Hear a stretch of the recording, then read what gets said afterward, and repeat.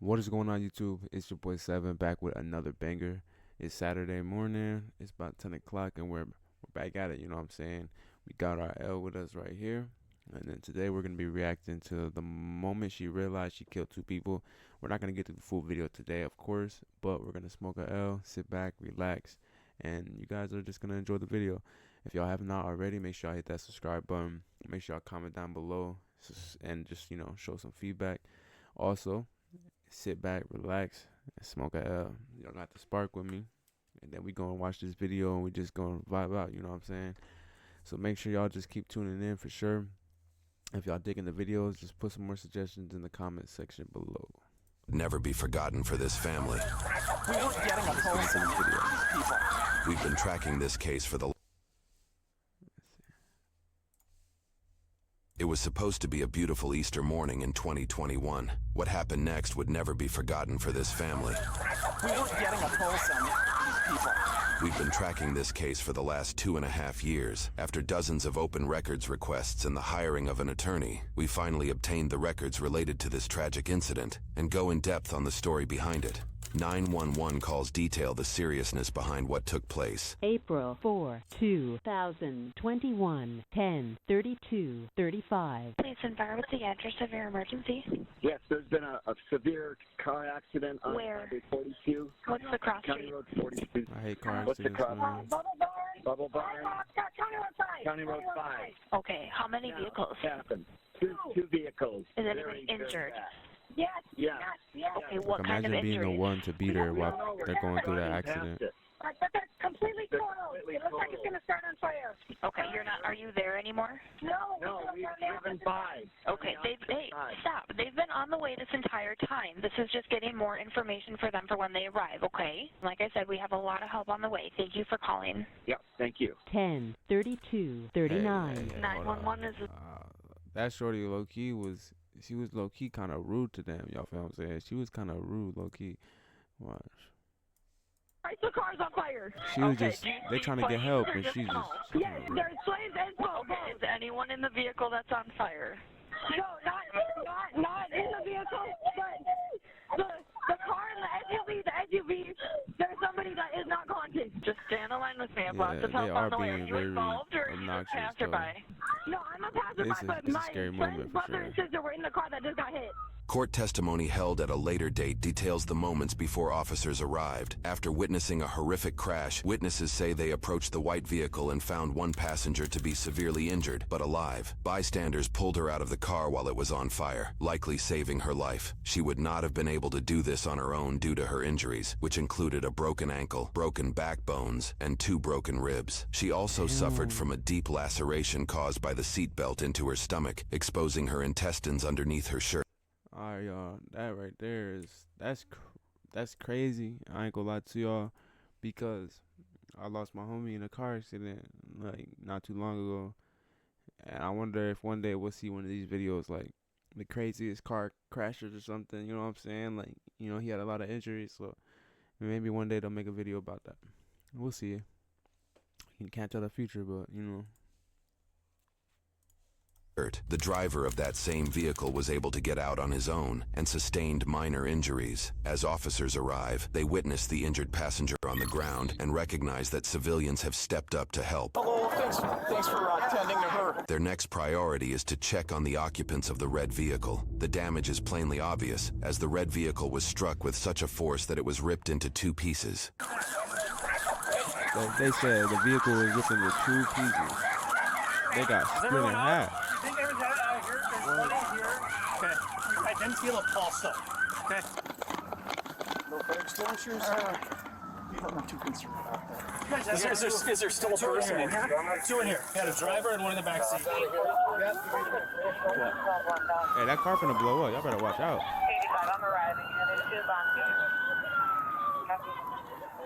45, 122 or I feel 86. so bad, bro. We've got like, 2 trap inside of car our vehicle accidents? that'll need to be pried out. I don't know if they've got either the 2 have a pulse. No. Okay, I understand your concern. Yeah. I'll just have you wait back here. Thank you. I'm not getting a pulse on the back seat. These people aren't coming out of this vehicle, right? Nope. Am I seeing that right? Okay. Yep. All right. I appreciate your assistance. Thank you. I'm a former EMT. Oh, you are? All right.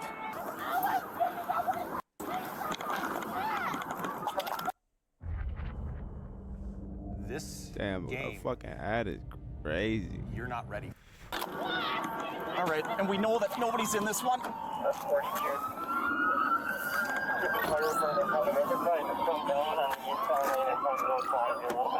Everybody out? Okay, we're clear here. Okay. All right. I'm gonna try to maintain some kind of a perimeter here.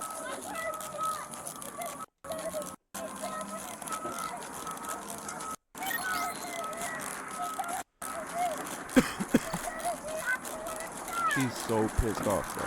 She's living right now.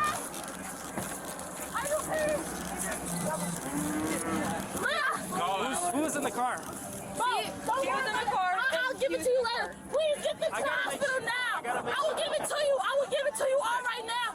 Just get them to the hospital now. Like, why are they trying to get information? Like, their Did you people's see what dying happened, and or they're you just trying to heard see video? what happens. I get that. They need Okay, to, so one you is to did see tell it some happen, or people you what didn't? happened, and then some needs to go take them to the hospital. Right behind you. Is there anything I can do to help get this person out? Check a pulse on that. We weren't getting a pulse on these people.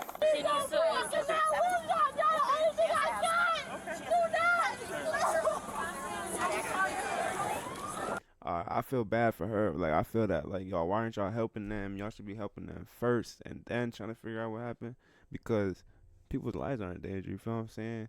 But honestly, there's not only so much they could do, you know, depending on the injury. That looks like a really bad car accident. And y'all can see he said earlier, like, she had broken ankles, broken backbones, 2 broken ribs, seatbelt, and, like, everything is probably not okay. Were you in the car?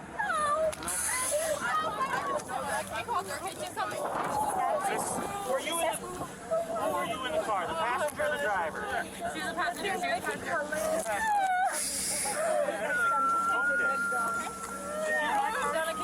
I feel them, man. Can I just have you switch your home keys right quick? Need a stretcher? I can have that stretcher. Yes, please. See if we can get an ID on these 2 passengers. This is her sister. She wasn't in the car. She was in a different car. Her sister was in the white car. I just need her sister's name. Sienna. Sienna. Oh, it's his A. Officers gathered information. Yo, that's her blood right there, bro.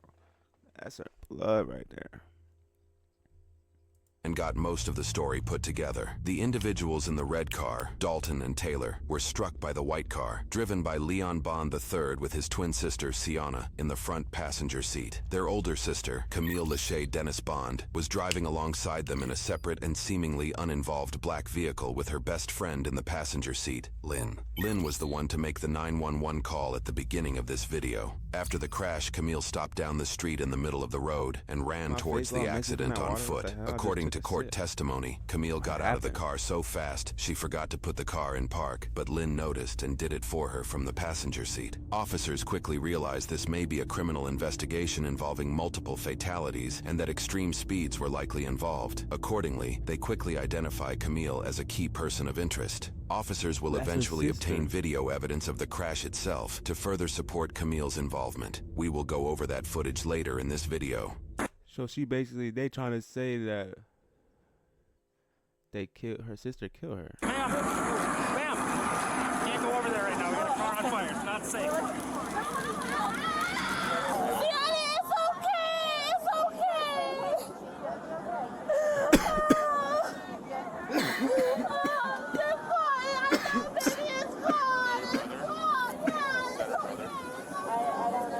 Why aren't you hugging your, like, why aren't you right there with your sister? Like, I would be right there with the EMT. Sure. 770. Here, Camille is immediately placing blame on the other driver. She doesn't hesitate to use profanities towards Taylor, who she incorrectly believes was driving the red car. Okay. 45-122. There's going to be 2 Oh, 1072s. that car Officers is unfortunately messed up. discover the 2 individuals in the red car, Dalton Lee Ford and Taylor Nicole Garza, have been killed in the crash. The couple was 22 years old. No They had plans way. to celebrate Easter with their families that... Bro, 22 years old. They just died in a car crash, bro. And this Bobby was 23 in a car crash. Morning. 3 people are out here taking pictures of a dead person. Holy disrespect. Well, and I asked all of them, did you see what happened? Or are you just here to video? Yeah. Doing their commentary and shit. Yeah, witnesses over here. Okay. So we'll need. That cop funny. He said people literally have no remorse, but like he said doing their commentary and shit. We're talking to them. Okay. Officers begin questioning witnesses to hopefully figure out exactly what happened.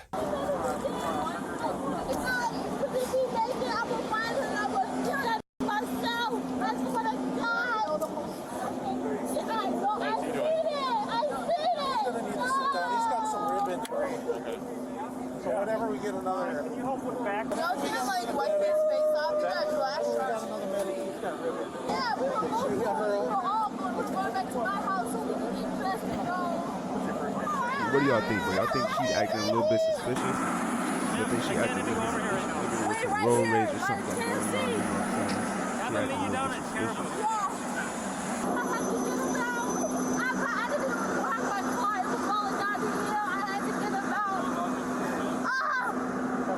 bit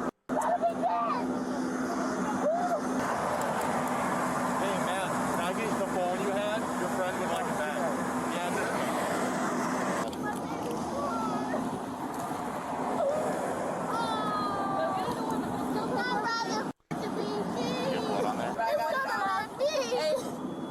She needs to shut up, bro. No, only one. It should have been She me. annoying. Why she talking? It should have been me. Oh. That was very close to hitting you too. It should have been me. It was very close to hitting you too, but it didn't. You have a ride coming? No, my mom is here, but her car is up there. Okay. Is your car still drivable? My car is fine. Okay. Is she dead? Is she dead? That's all I need to know. I have no idea. Well, she better be. If she's not, I'm stuffing her in the head. Well, I'm in the car, and I'm very close to hitting you too. It should have been. It was very close to hitting you too, but it didn't. You have a ride coming? No, my mom is here, but her car is up there. Okay. Is your car still drivable? My car is fine. Is she dead? Is she dead? That's all I need to know. I have no idea. Well, she better be. If she's not, I'm stuffing her in the head. Well, I'm in the car, and I'm going to my car. Why don't we wait here for a second? No. I don't think you're able to. Yes, to I am. drive I'm well. fine. No, I don't think you're I'm able going to to my drive. sister. I'm going to my sister. Camille, she left. Camille, she left. Hello everyone, I'm Jake. I've been working at MISO for many years. We've been currently in the fast food industry. She's gone. Yeah, that's that one. I will say this. My car is fine, though. That's what I'm saying. It's fine. I'm not moving it. I just need my phone and my shoes. That's what I'm gonna get for you. Okay. Stay right here, please. Hi, I'm Matt.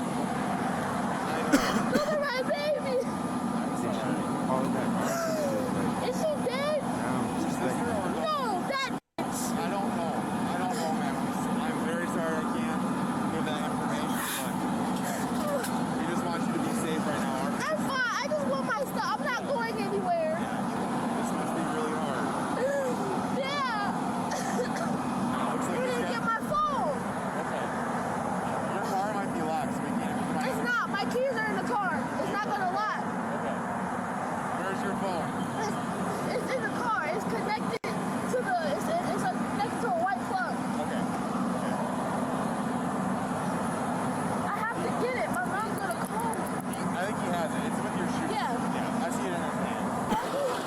Excuse my language. I'm sorry. Excuse my language. But the tried to hit him. The city tried to.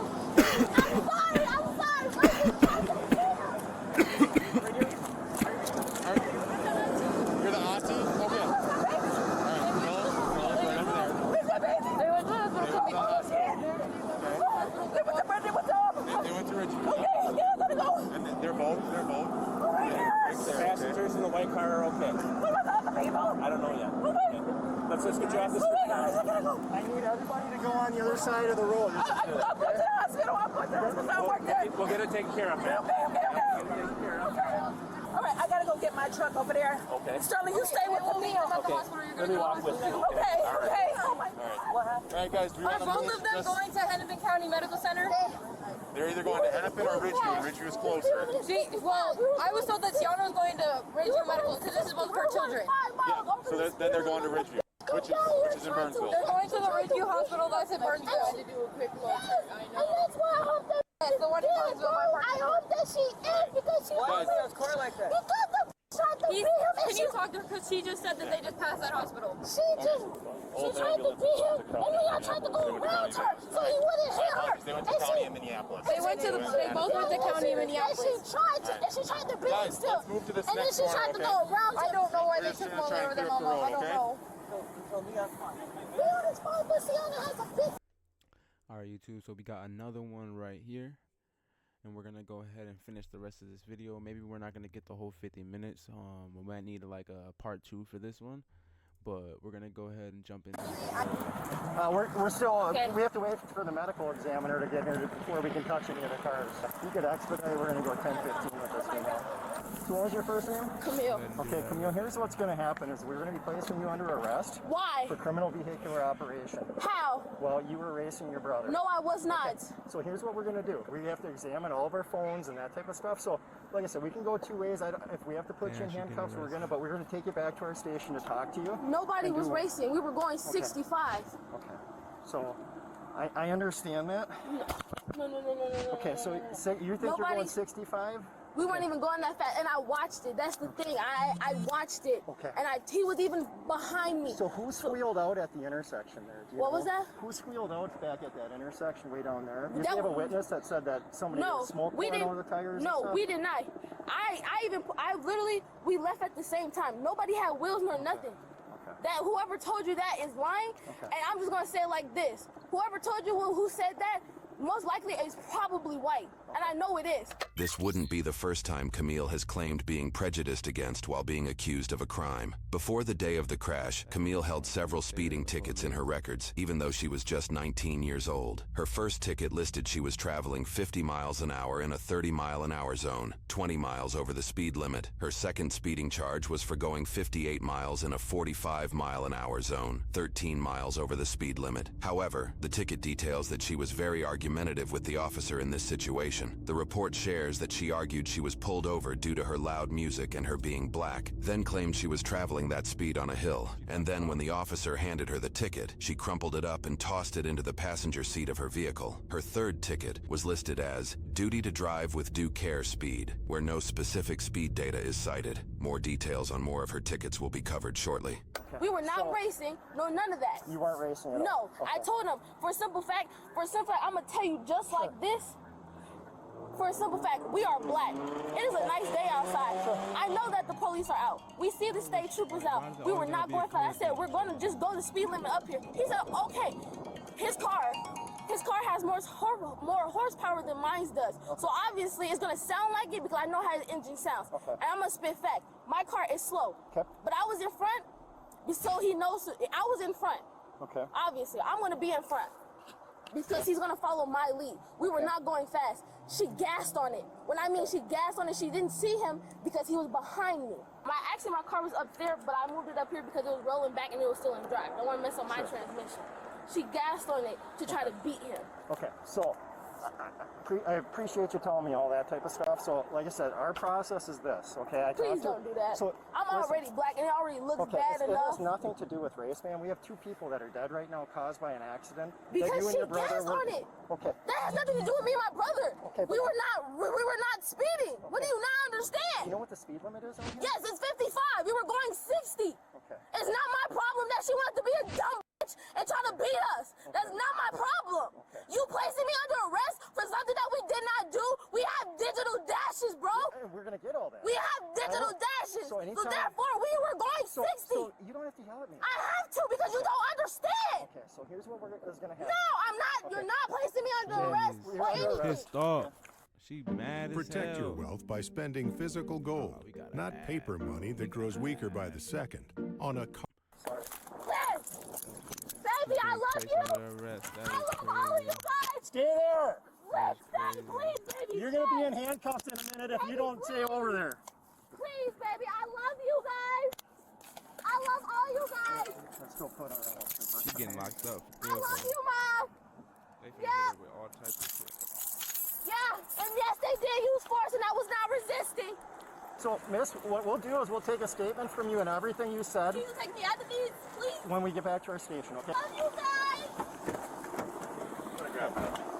Can you, Jay, you want to pat her down quick? I don't have anything. I know, I gotta make sure. There's nothing in my ass. I ain't even got no drawers on. Just listen, I ain't okay? even got no f***ing drawers on.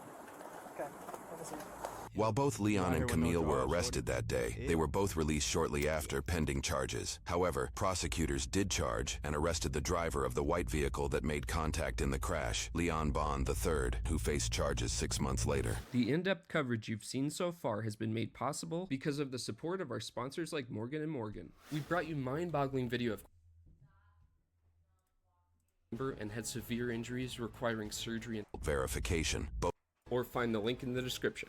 Leon was ultimately tried as a juvenile. This was despite the efforts to try him as an adult, including a delinquency petition and a petition for adult verification, both of which were denied. Because he was tried as a juvenile, the details surrounding his case are not readily available or public. However, we do know some things, which includes a peek into Leon's school history with fights. One appellate case reveals that Leon's mother legally went after a school official when he attempted to prevent a fight that involved Leon, his 2 sisters, and another student. The case accuses the school official of dislocating Leon's arm while attempting to prevent the fight. This case was ultimately denied by the court due to there being a lack of willful or malicious wrong in the school official's actions. While Leon's case was being determined, Camille was also charged 6 months after the crash with charges surrounding her direct involvement by drag racing. During that 6-month period before her arrest, Camille got pulled over and charged for driving on a revoked license. Her license was revoked due to her failing to address her 3 previous speeding charges. She then got another speeding ticket that listed her going 59 miles an hour in a 35-mile-an-hour zone, 24 miles over the speed limit. In that pullover, she stated she was going downhill as the reason she was traveling so fast. In October of 2021, she was issued an arrest warrant and faced 2 counts of third-degree murder, 2 counts of criminal vehicular homicide, 1 count of criminal vehicular operation resulting in great bodily harm, and 1 count of careless driving. The warrant she was issued revealed more details surrounding the incident, including a deeper look into post-event interviews and forensic research. The report detailed surveillance footage that shows the intersection they started the race at. Witness testimony shares that the 2 exchanged a conversation here, pertaining to whose car could accelerate faster. After that alleged conversation, the 2 cars take off well ahead of the other vehicles surrounding them. Another surveillance camera captures the impact. Moments before, you can see just how long it takes for this uninvolved vehicle to enter the right side of the frame and pass the area where the crash happens. When Camille and Leon's vehicles zoom by moments later, it takes roughly half the time. A crash reconstruction report reveals data obtained by the airbag control module in Leon's vehicle. The report indicated Leon and his sister Camille, who was traveling alongside him, were going 114 miles per hour just 5 seconds before the crash, 64 miles over the posted 50-mile-an-hour speed limit. Court documents also indicated Leon and Camille were over 3 football fields away when Dalton and Taylor started to take the turn. They traveled roughly 3/4 of a mile after taking off from the intersection before crashing. Her and her brother's vehicle were traveling between 93 and 106 miles an hour before Leon's vehicle struck Dalton and Taylor. The day after her arrest on October 29, 2021, Camille posted a $75,000 non-cash bond, which came with conditions that notably did not exclude her driving privileges, allowing her to drive despite the seriousness behind her case. 2 months after her release on bond, court records indicate she got in a car accident where she claimed another driver was at fault. She issued a small claims case to the court for the other individual to pay a sum greater than $4,500. In the following year, she won this court case due to the other party not showing up. She was given yet another speeding ticket in May of 2022. This time, she was caught going 83 miles an hour. All right, listen, shorty. Listen, shorty. You got some major problems. Like, when I say major, I mean major.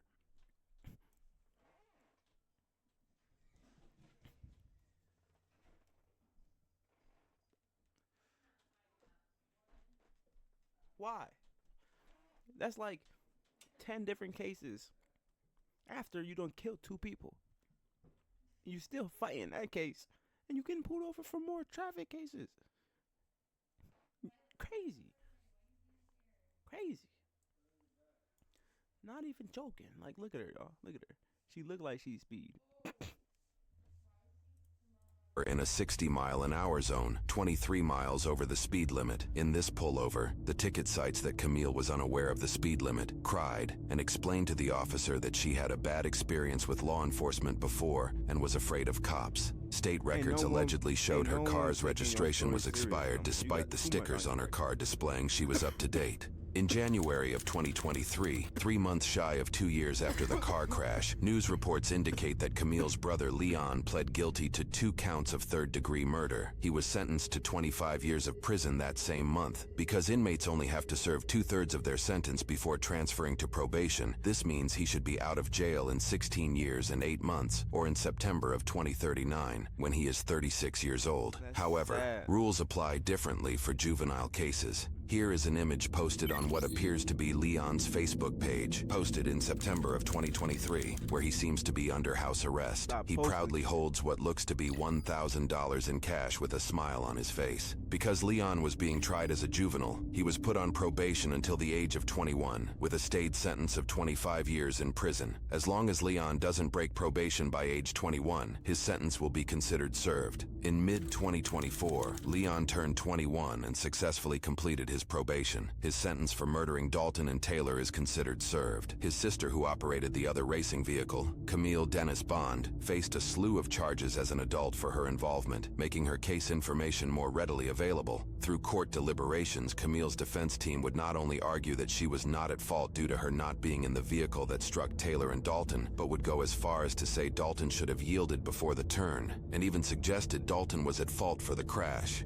In this section of the video, we will cover the surprising court deliberations that brought the case to its conclusion. In court, we built a 7-figure business as a 2-person agency, and I wish we had Honeybook. several factors were brought to light through witness and expert testimonies. While there are some notable instances of witnesses ascribing the scene to being horrific and the worst thing they have ever experienced, some more frustrating revelations deemed that Camille and her brother Leon were not only reckless with their actions, but continued to be reckless after bystanders had told them to slow down prior to the crash. Court testimony details that a bystander noticed descriptions of Camille.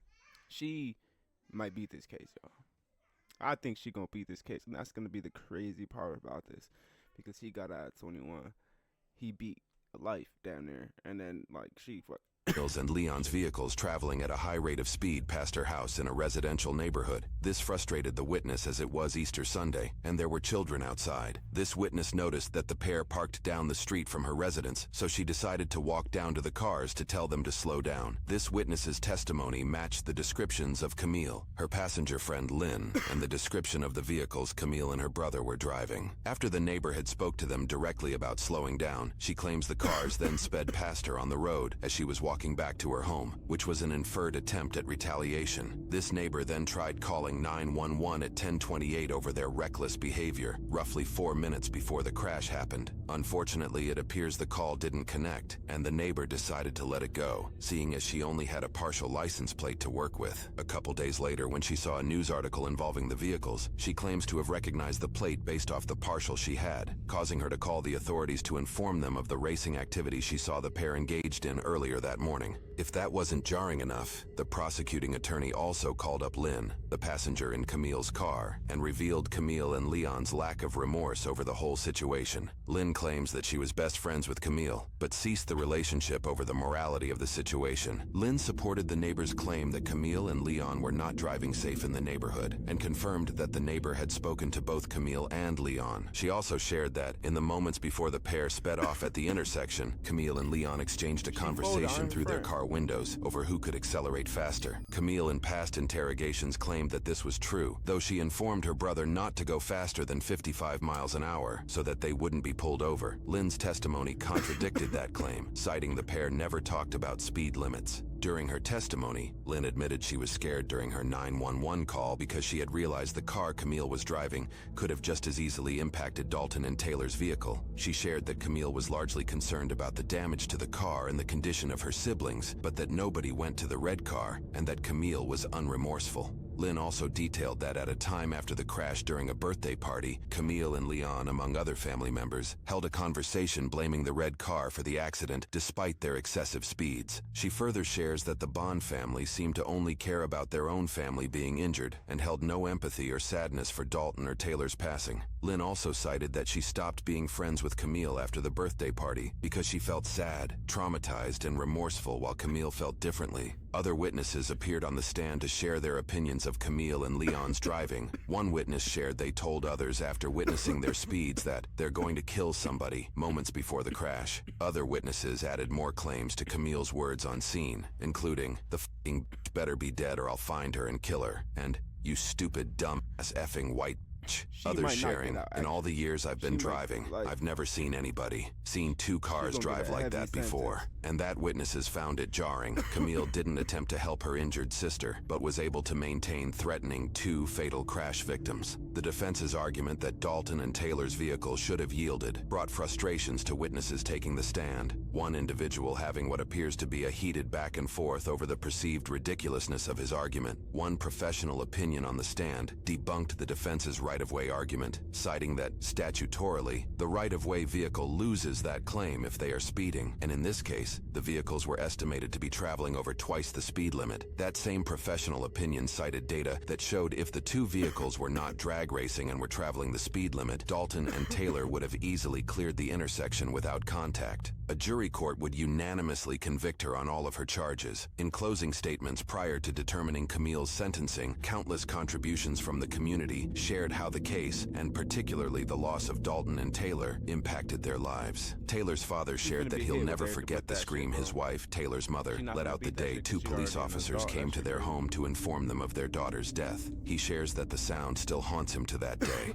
Dalton's older brother Dylan, a pastor, shared that if Camille's family remained blind to her guilt, that she would remain guilty on the day of her judgment, and God would strike her down for the murderer that she is. Friends of the family shared frustrations with Leon's light sentence, sharing that they hated the court system for giving him such an easy break. They also shared that rules do not apply to Camille, and that she will kill again. They referenced Camille's lack of remorse, pointing out that Camille turned to her mom, laughing and playing on her phone like it was any other day during breaks in court testimony. Documents revealed that the victim's family had just held a funeral the day prior for Dalton's grandfather. One cousin noted that the last photo they all took together as a family was that day. Veronica, Dalton's mom, pointed out frustrations with Camille's lack of remorse and her continued speeding infractions after the fact. Dalton's father, Jim, highlighted Camille and Leon's previous school fights, along with their alleged fistfight that broke out when they got in an accident with another driver. He also cited her claims of racial prejudice against her to be nothing of the sort when it came to Dalton and Taylor, sharing the pair had gone to Minneapolis in support of George Floyd, that Taylor had continually engaged in Native American culture and reservation programs, and that his son Dalton was involved in a mostly Hmong and Hispanic car club. He also highlights an alleged social media conversation Camille had where she mentioned going drag racing again only 45 days after the crash. Jim.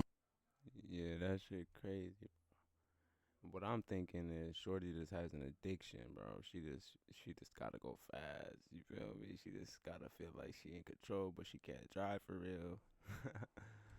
Also cited numerous individuals who shared stories of Dalton's acceptance and openness to other people. He also mentioned that, shortly after the incident, he and Veronica had discussed a hypothetical scenario. Their scenario involved Camille and Leon's mom, Crystal, coming to their house, apologizing and begging for forgiveness. In this case, Jim claims Veronica would have gave her a hug, invited her into the house for coffee, and discussed the nightmare as mothers, one to another. They purposefully told the court to keep communications open between them and all individuals involved, in case this scenario came to a reality. A year after the incident, once Jim and Veronica saw their hypothetical scenario would never come to existence, they closed communication through the court system. In contrast, when Camille and Leon's mother Crystal took the stand, she denounced the notion that her children should be called murderers, citing a Webster's dictionary definition that mentioned premeditation, even though they were being tried for third-degree murder. She also claimed she feared Camille was going to become the next George Floyd, and said Veronica had, quote, verbally assaulted her for calling her a bad mother a year after the incident. When it came time for sentencing, the judge first cited his reasoning. He shared that, in my 40 years of being involved in the legal legal business in various aspects, I've never been involved in a case that's affected and impacted so many different people in so many different ways. He also pointed out frustrations that Leon was tried as a juvenile and wouldn't spend a day in prison as long as he abides by his probation conditions. Before sharing the sentencing, he told Camille directly, "I think you're in deep denial about what exactly your role played in this event." For her third-degree murder charges, she was sentenced with 150 months for one and 180 months for the other, which would be served concurrently with her sentence for criminal vehicular operation resulting in serious bodily harm, which amounted to 38 months. For the rest of her convictions, a sentence was not pronounced. Because all of her sentences run concurrently with each other, her total sentence is 180 months, or 15 years. In Minnesota, inmates must serve 2/3 of their total sentence, making her eligible for probation after 10 years. She was also permitted 107 days of jail credit. Her court fees were waived, but she was ordered to pay Dalton's mother nearly $30,000 in restitution, which would be deducted from prison wages and from pay she obtains while on probation. Using this information, having been sentenced in March of 2023, she will likely get out of prison at the tail end of the year in 2032, when she is 30 years old. After her sentencing, Camille submitted her case into the Court of Appeals to be retried. Her appellate case was effectively denied by the courts, sealing her sentence. While the records we obtained from the state pertained directly from Camille's involvement in the case, we were able to secure an interview with Dalton's mom, Veronica, to get more details surrounding Leon's case, and exactly how and why he was let off the hook so easily after being convicted for double murder. Hey everybody, this is our new Flippy.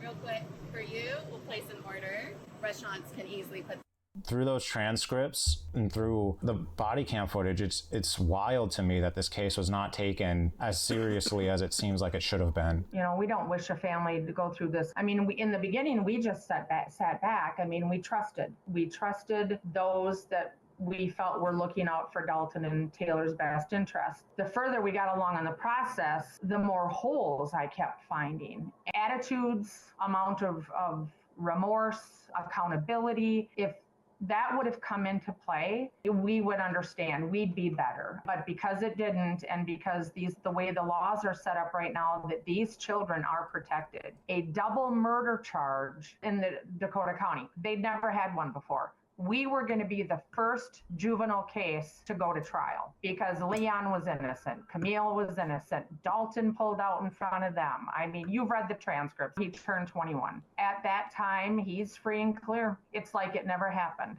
I bet you I did 75 open records requests. I fought hard and not so much on Camille's situation. I mean, you know, because hers was adult. It was fighting the juvenile side. Strangely enough, they did make 4 changes to their juvenile certification process. The juvenile side, you know, they say that this case will haunt them for the rest of their lives. You know, that Leon was not certified as an adult. I found out there are 87 counties in Minnesota. There are 87 ways to certify a juvenile. County by county, not even Washington, Dakota, Scott, Carver, none of them go through the certification process for a juvenile the same way. The county that handled this case, Dakota County, certifies juveniles through a psychological and criminal record report, which then goes through an evaluation process involving multiple parties. To qualify for certification, the accused must be 14 years old, and in this case, Leon was 17 and 9 months old at the time of the crash. Secondly, the crime needs to be a felony, and this case certainly qualifies as one of the worst felony charges a person can obtain, and Leon got 2 of them.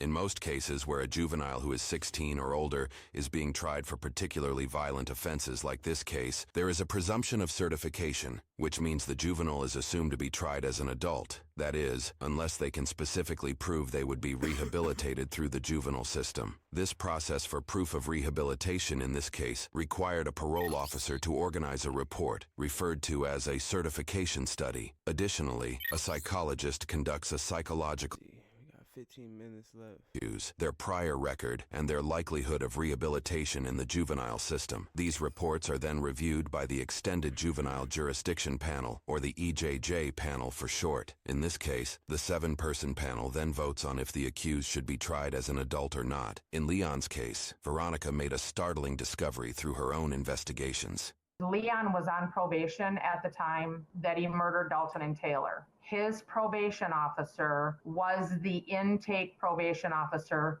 for the certification process. Leon was already on probation at the time of the crash. Reports indicate this was likely due to his violent behavior in high school. What made this a troubling situation was the extended history the probation officer had with Leon. These prior efforts to push for rehabilitation could influence the probation officer to unjustly suggest a favorable outcome for Leon due to their personal attachment to the case. Unfortunately, it seems that's exactly what happened. His current probation officer was the one that supplied all the information to the 7-panel EJJ members, and she left out all of his high school history. She only went up till 8th grade.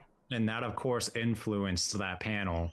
Correct. Additionally, news reports indicate that the same probation officer was also one of the 7 members on the EJJ panel to vote for or against Leon's adult certification. And it was a 4-3 vote, Harrison. 4 said juvenile, 3 said adult. In this case, that probation officer was one of the votes to not certify Leon as an adult. So 1 vote with him being 80 days shy of 18 with a history, on probation for the 3rd time, 2 of them being assault charges. We just said that's a conflict of interest. And then they would come back and say, well, but the current PO is going to have the most history with that juvenile. Okay, but then that probation officer needs to give everybody the same information. The state forensic psychologist had everything, had all of his history from all the way through high school. The 7-member panel did not. So one of the changes that was made was all reports given have to be the same. You cannot pick and choose what members see what.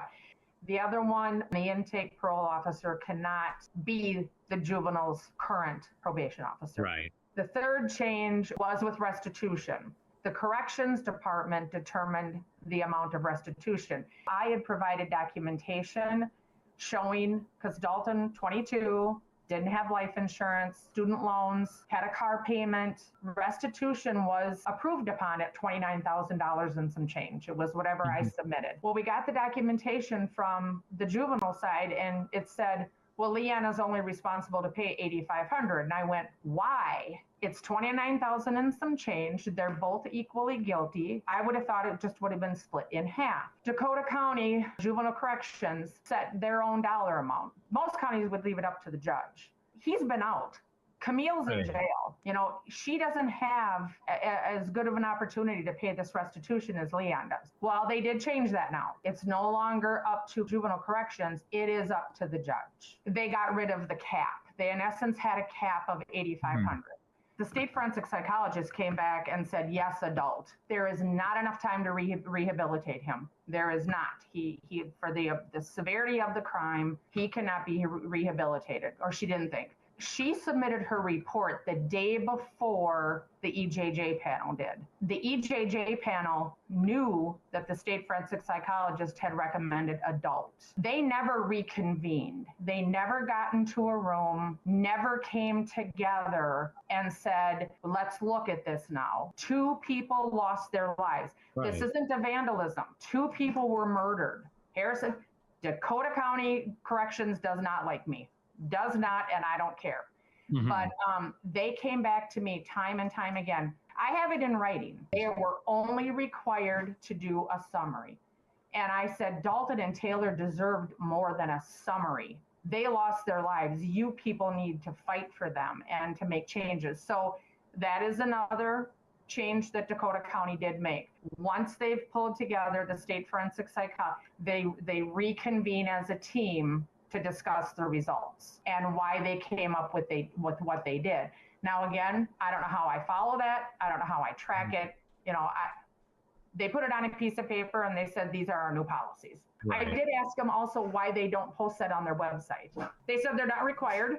Well, maybe if they would have done some of the stuff, they wouldn't have had me, where I was a thorn in their side for months. Judge Carter, this was like the last thing he stamped on and he retired. And I get it, even if the EJJ panel would have said adult and the state forensic psychologist said adult, Carter could have said juvenile. At the end of the day, it is up to him. But, how could he have gone against 2? He did not. Well, I think we're going to stop it here. We kind of know what happened to them already. So it's like, that's it for the video right there, guys. That's so crazy. Brody beat so many years in jail, you know what I'm saying, by the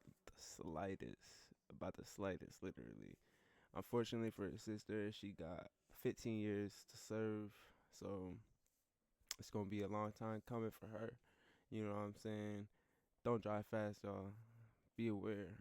Stop all that, bro. I'm saying, go get y'all license or some shit. Go get certified, like, you know what I'm saying. But hit that like button, comment down below, subscribe, hit that notification bell, cause y'all can't miss out on these videos, and keep tuning in for real, because you know what I'm saying, we chilling together. If y'all ain't already smoke already, you know what I'm saying, y'all catch us in the next one. Make sure y'all bring a blunt, you know what I'm saying.